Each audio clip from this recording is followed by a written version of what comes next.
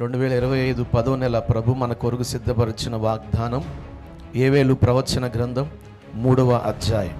నా జనుల పక్షమున నేను వ్యాజ్యమాడుదును. గట్టిగా స్తోత్రం చెప్పండి. హల్లెలూయా.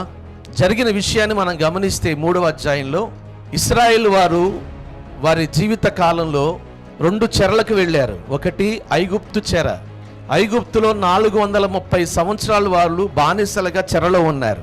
అక్కడి నుంచి ప్రభు విడిపించుకుని బయటకు తెచ్చారు మోషే ద్వారా.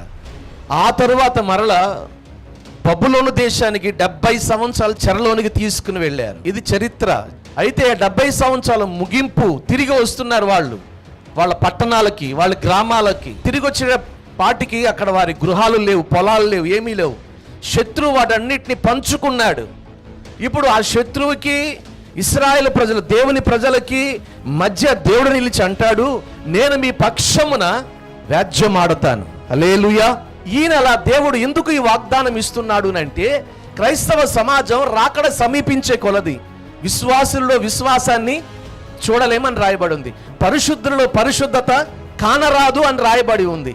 ఇదిగో సంఘములోనికి లోకం వచ్చి ఈరోజు సమస్యలు సంఘములోనే కనబడుతున్నాయి. ఎక్కువ ఆత్మీయుల మధ్య లోకముతో వచ్చే వాటితో మనం పోరాటం చేయగలుగుతాం.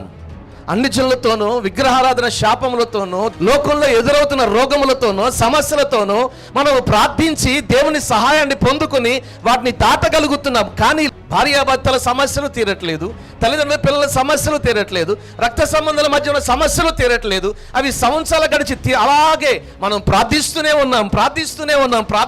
ఉన్నాం. సమస్యలు మాత్రం అక్కడే ఉన్నాయి. ఇంత కారణం ఏంటి? ఎందుకు ఆయన వ్యాజ్యం ఆడట్లేదు? కొత్త నిబంధన సంఘానికి దేవుడు వీటి విషయంలో ఒక చక్కని ఆలోచన ఇచ్చాడు. ఆత్మీయుల మధ్య జరిగే వ్యాజ్యాల గురించి ఇక ముందు నుంచి అయినా దేవుని లేఖనాన్ని చేతపట్టుకుని వాక్యానుసారమైన ఒక అనుభవంలో మనం సాగిపోతే మన వ్యాజ్యములన్నింటినీ ప్రభు తీర్చునుగాక.